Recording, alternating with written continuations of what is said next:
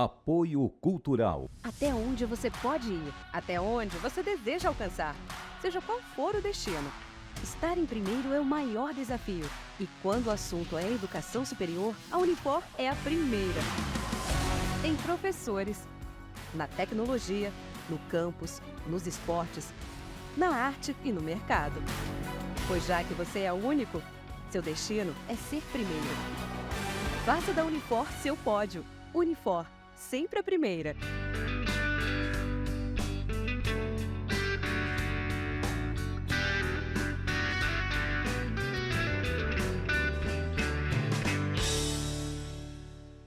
Viver Mais no ar, e hoje a alegria de tomar aqui um café com o Dr. João Macedo, um brinde à vida, Dr. João. Um brinde. Seja muito bem-vindo ao Obrigado. Viver Mais. Dr. João Macedo é médico geriatra, professor de medicina da Universidade Federal do Ceará. Dr. João esteve aqui no início do programa, nós já temos 7 anos, né, Dr. João? Isso. E nós falamos sobre demências, principalmente Alzheimer. Doutor João, se fala tanto em demência, como entender o que está acontecendo com as pessoas, mais principalmente as longevas? O que é realmente a demência, doutor João Macedo? Muito bem. Inicialmente eu queria agradecer, é uma satisfação muito grande voltar aqui ao seu programa, né, e parabenizá-la pela longevidade do programa. Você que tem uma participação muito importante na educação da comunidade, né? Sempre os seus programas são muito educativos, as suas entrevistas, então é uma satisfação muito grande. Vamos lá. Obrigada. Em relação às demências, né? A demência, a definição, demência é uma condição que se caracteriza pela perda progressiva das funções cerebrais superiores, ou seja, memória, linguagem, desorientação no tempo, no espaço, o julgamento, o raciocínio, a capacidade de tomar decisão, estabelecer um plano. Este comprometimento, que a gente chama cognitivo, né, que compromete a cognição é o conjunto dessas funções cerebrais superiores, acaba inviabilizando a funcionalidade da pessoa. A pessoa fica incapaz de desenvolver as atividades da vida diária, as chamadas atividades da vida diária. Sim. Começa com uma inviabilidade de fazer atividades mais complexas e acaba, com a evolução da doença, a pessoa tendo dificuldade de exercer mesmo atividades simples, como se vestir, tomar banho, se alimentar, etc. Então, é uma condição que compromete a funcionalidade do indivíduo. Né? Então, a partir do momento que compromete essa funcionalidade do indivíduo, doutor João Macedo, já pode ter esse diagnóstico? Essa pessoa está a caminho de ter Alzheimer, de desenvolver outras etapas? Muito bem. Vamos fazer uma distinção. As pessoas, o que é Alzheimer, o que é demência? As pessoas sempre perguntam. Confundem. Alzheimer é o principal tipo de demência. São Responde várias, por até várias. 70% dos casos de demência. Mas existem vários outros tipos de demência. Os mais comuns são, primeiro, a demência vascular. Aquela demência decorrente de alterações circulatórias no cérebro, seja por isquemia, seja por hemorragia. É como se fosse uma sequela de AVCs, né? Sim. A gente sempre se refere à sequela de AVC, a gente sempre se refere à questão motora, né? Sim. Ficou com a paralisia no membro, etc. Mas temos que lembrar que uma das sequelas importantes do AVC é o comprometimento da função cognitiva, Sim. levando inclusive a quadros de demência que são muito comuns. Poderíamos dizer até que é o segundo tipo mais comum de demência. Então, o primeiro seria Alzheimer, o segundo seria esse misto, Sim. e o terceiro seria a demência vascular. Aí temos outros tipos de demência, como a demência com corpus de Levy. Que é corpus de Levy, doutor João Macedo? Assim, falando assim de forma bem simplificada, seria uma mistura de Alzheimer com doença de Parkinson. Ou seja, tem características da doença de Alzheimer, esquecimento, desorientação espacial, etc., comprometimento da função cognitiva, mas também tem alterações motoras da doença de Parkinson, os tremores, a rigidez, a lentidão dos movimentos, que a gente chama de bradicinesia. E um outro tipo comum é a demência frontotemporal. Que é o caso daquele jornalista, do Maurício Exatamente, Kubrusco, né? A demência frontotemporal ela tem a variante mais comum, é a variante comportamental, onde o paciente inicia o quadro muito mais com alterações de comportamento, mudança da personalidade, do que propriamente comprometimento de memória, como costuma ocorrer, na maioria dos casos, na doença de Alzheimer. O primeiro caso de Alzheimer, quando o senhor esteve aqui, há uns 6 anos, tinha surgido há 100 anos, que foi detectado, né? Exatamente. Aí, nesses mais de 100 anos, o que evoluiu? É possível a pessoa não chegar àquele estágio que a pessoa fica totalmente dependente, eu diria até que fica numa posição fetal. A pessoa morre por conta do Alzheimer? Também é uma dúvida que se tem. Infelizmente, nós não temos ainda tratamentos ou intervenções farmacológicas ou outras intervenções capazes de evitar a progressão da doença. Não tem como evitar a progressão. Não tem como evitar a progressão. Mas você me perguntava o que mudou nos últimos anos. Mudou muita coisa no entendimento da doença. Diria que nos últimos 20 anos houve uma verdadeira revolução no entendimento da doença de Alzheimer. E isto é muito bom ao alvissareiro, porque coloca aí em perspectiva novos medicamentos, novos tratamentos, né? E quem sabe proximamente possamos contar com fármacos que têm uma ação melhor e quem sabe até possa reverter ou possa até impedir a instalação da doença. O desenvolvimento, né? O desenvolvimento da doença. E hoje é possível, doutor João Macedo, detectar se uma pessoa é propensa, se fala muito na questão genética. Isso. Ai, meu avô teve naquela época, dizia-se esclerosado, né? Isso. Né? Era gagá. Isso. A genética está comprovado que tem probabilidades? Então, nós sabemos hoje que a doença de Alzheimer é um contínuo, ou seja, começa com a fase em que a pessoa não tem nenhum sintoma, mas já está com a doença e isto é possível ser detectado por meio de testes bioquímicos. Hoje, né? Eu posso saber se Pode. eu terei Alzheimer no futuro? Não, eu posso dizer assim, você tem marcadores da doença de Alzheimer, ou seja, você tem uma assinatura da doença de Alzheimer, portanto, a sua probabilidade é altíssima evolutivamente de desenvolver a doença. Alguém está fazendo esse teste? É bom, é recomendável, doutor João Macedo? Veja, nós já estamos fazendo isso rotineiramente na pesquisa. Hoje, para a gente dizer que uma pessoa tem Alzheimer, a gente precisa ter esses testes de diagnóstico, são testes laboratoriais, seja no líquido, hoje até no sangue já podemos fazer. Sim. São testes também de imagem funcional. Claro que a ressonância magnética é importante, mas hoje nós já dispomos de testes de imagem funcional, que é uma espécie, é um PET, aquele que a gente usa na oncologia, né, no câncer. Sim. E esses exames são capazes de dizer assim, olha, você tem a assinatura patológica da doença de Alzheimer, mesmo numa fase em que você ainda não tenha nenhum sintoma. Mas não quer dizer que eu vá desenvolver. A gente pode dizer assim, você tem altíssima probabilidade.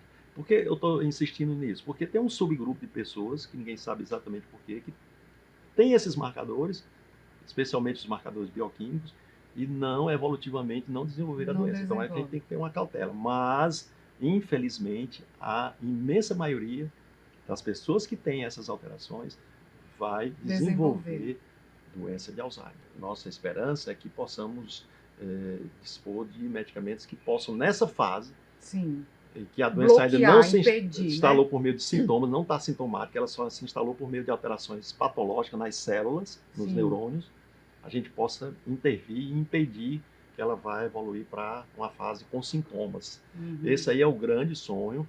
E eu digo que foi um passo importante que a ciência deu, porque que os tratamentos, uma das explicações pelas quais os tratamentos para a doença de Alzheimer nunca funcionaram, é porque a gente usava as substâncias numa fase muito mais avançada. Pra você ter uma ideia, a pessoa, os estudos dão conta de que você pode passar até 20 anos antes de aparecer a doença já com essas alterações patológicas, sem sintomas. Porque a doença ela passa por 3 fases. Uma fase em que ela já está instalada, mas a pessoa não tem sintomas, chamada fase assintomática.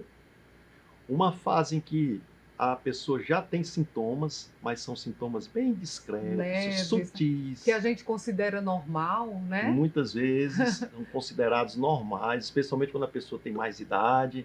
Porque Aí diz da idade. É da idade mesmo, está esquecido, mas também já tem 80 anos e vai deixando... Não é para ser assim, não, doutor Não João? necessariamente. Obviamente que com a idade a gente tem alterações na nossa Limitações de função audição, cognitiva, né? a velocidade de processamento da informação, a lembrança de nomes. Isso compromete um pouquinho com a idade, Sim, é verdade. sim. Mas não no nível que acontece num quadro Com patológico, quem tem a probabilidade. com quem está apresentando já sintomas da Sim, doença. sim. Então, essa fase é uma fase que a gente chama de comprometimento cognitivo leve, CCL.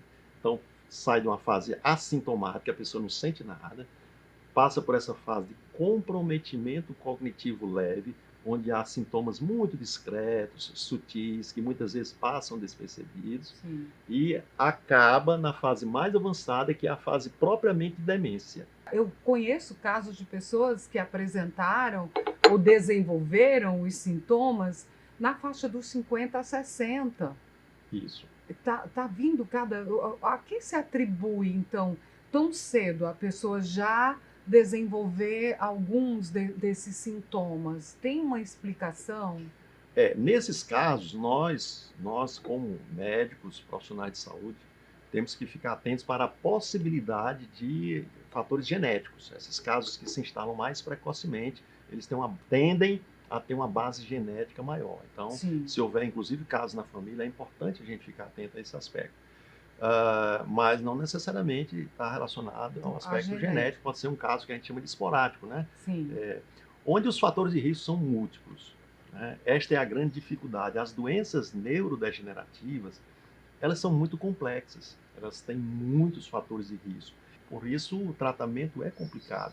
Meu palpite é de que possamos proximamente ter, não um medicamento para a doença de Alzheimer, mas um conjunto de medicamentos, uma vez que existem várias alterações, né? Não é só uma alteração, Sim. E a gente, abordando todas essas alterações, a gente tem chance de ter resultados melhores.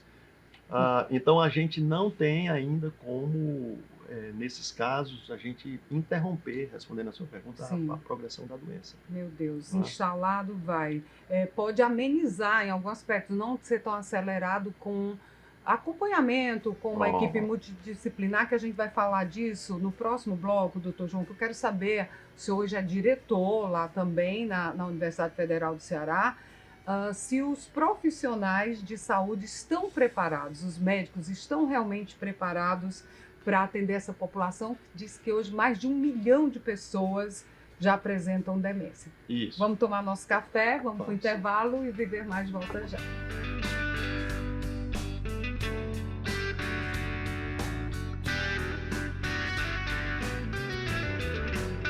Apoio Cultural. Até onde você pode ir, até onde você deseja alcançar, seja qual for o destino. Estar em primeiro é o maior desafio. E quando o assunto é educação superior, a Unifor é a primeira. Tem professores na tecnologia, no campus, nos esportes, na arte e no mercado. Pois já que você é o único, seu destino é ser primeiro. Faça da Unifor seu pódio. Unifor, sempre a primeira.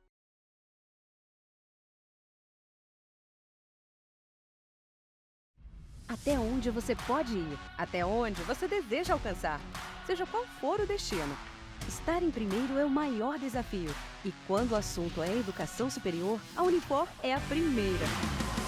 Tem professores na tecnologia, no campus, nos esportes, na arte e no mercado.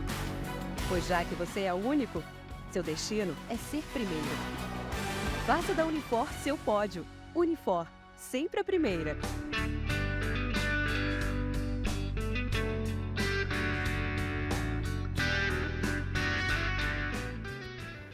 Estamos de volta aqui com Viver Mais, hoje tomando aqui um café, aprendendo com o doutor João Macedo, geriatra, professor de medicina, e estamos falando sobre demência.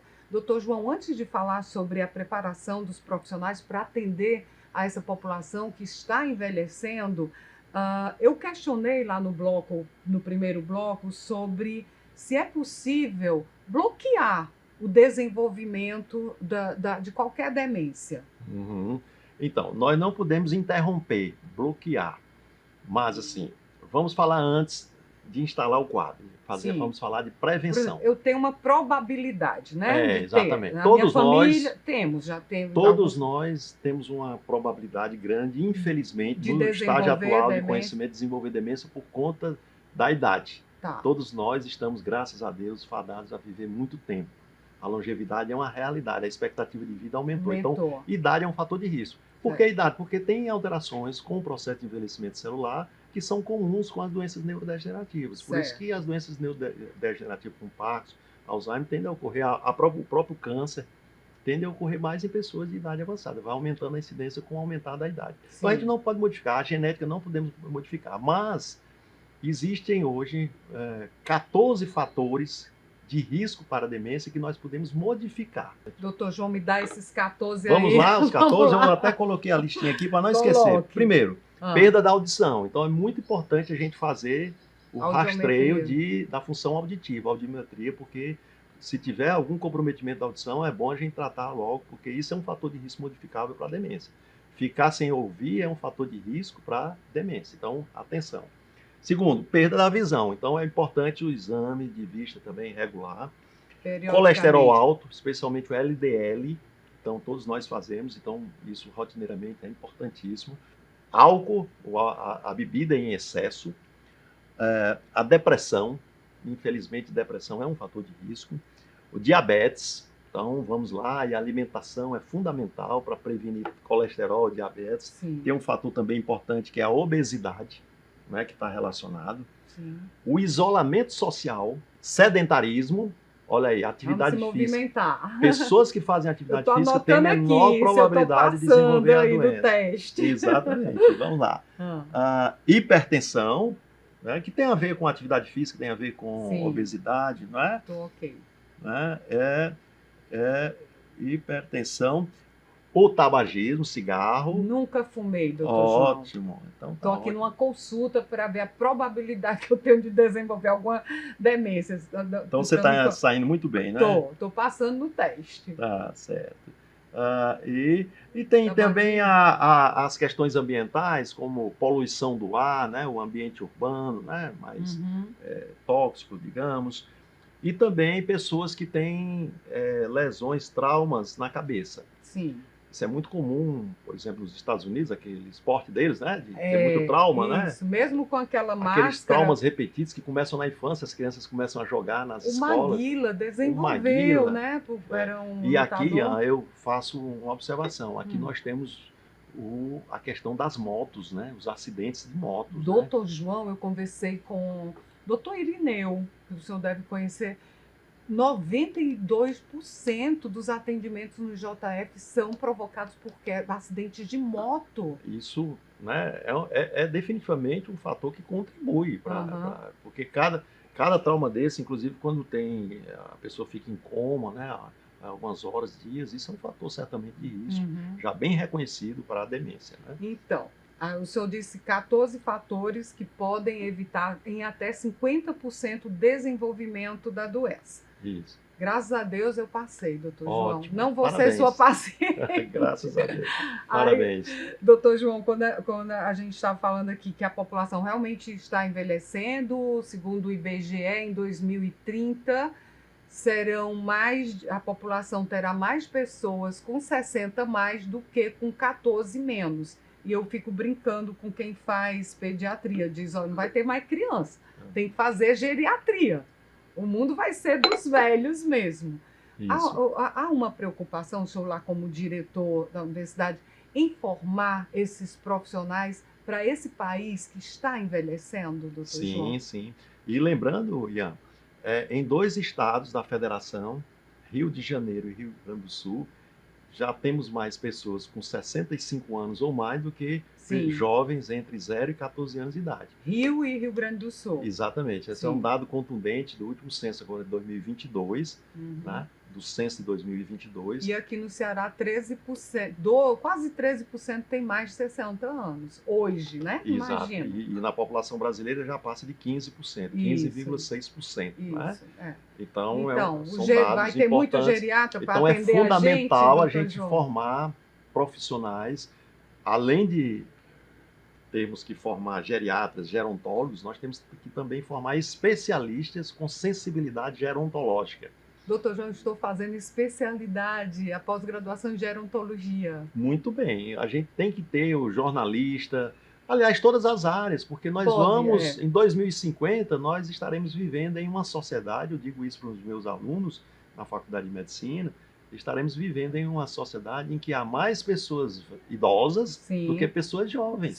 Sim. E isso impacta todas as profissões, impacta todas as especialidades médicas. O todo, né? O todo, a sociedade toda será impactada. Vai sim. Então, como é que a gente deve se preparar para esse envelhecimento, doutor João Macedo? Eu acho que tem uma preparação individual, a gente, né?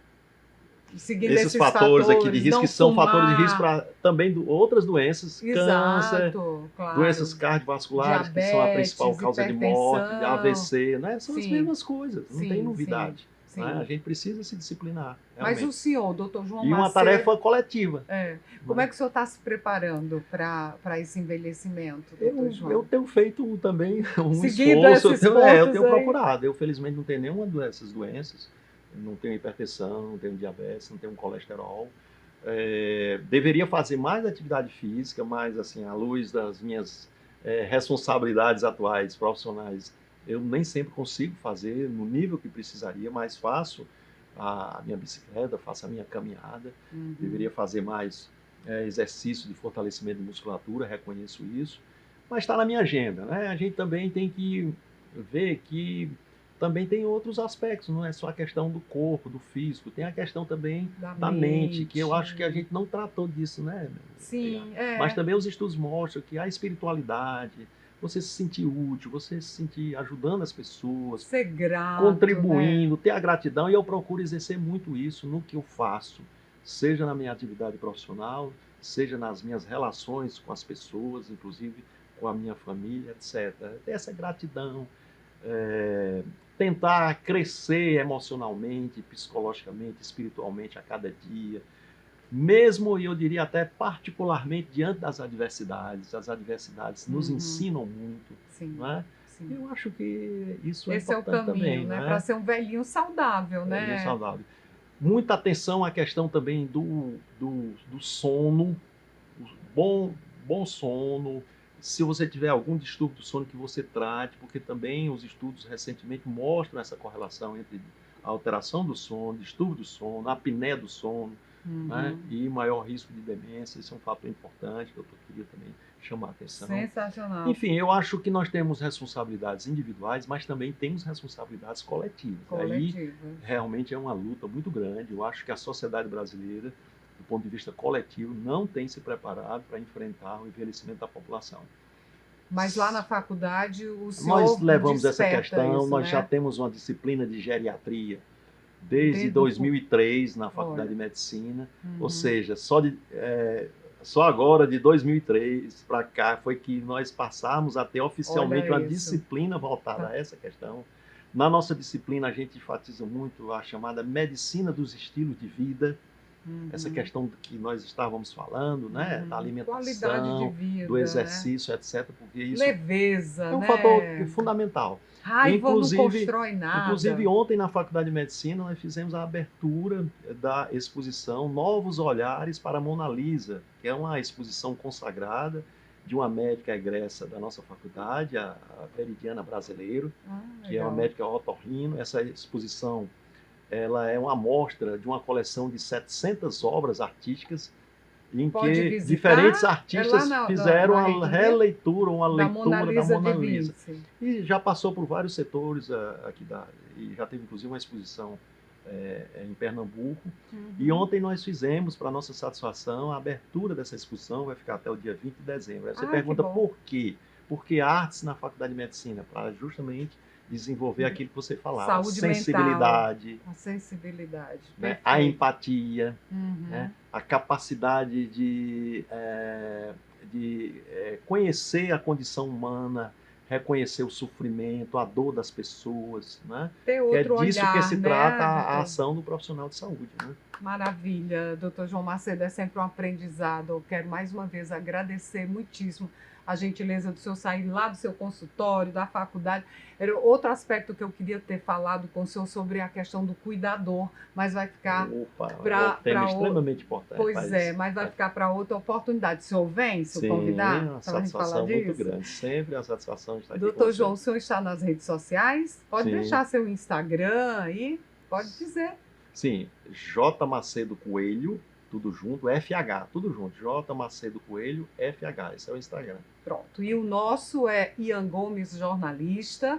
E nós temos também, doutor João, um canal no YouTube, Viver Olha. Mais com Ian Gomes. Então, terminou aqui minha conversa com o doutor João Macedo. Você vai lá, compartilha, fique atento aí aos cuidados para que possamos envelhecer com muita saúde, com lucidez, né, doutor João? Isso. Muito obrigada. Mais uma vez, Eu que um brinde à agradeço. vida Um com brinde. saúde sempre. Viver Mais de hoje fica por aqui. Até o nosso próximo encontro. Combinado?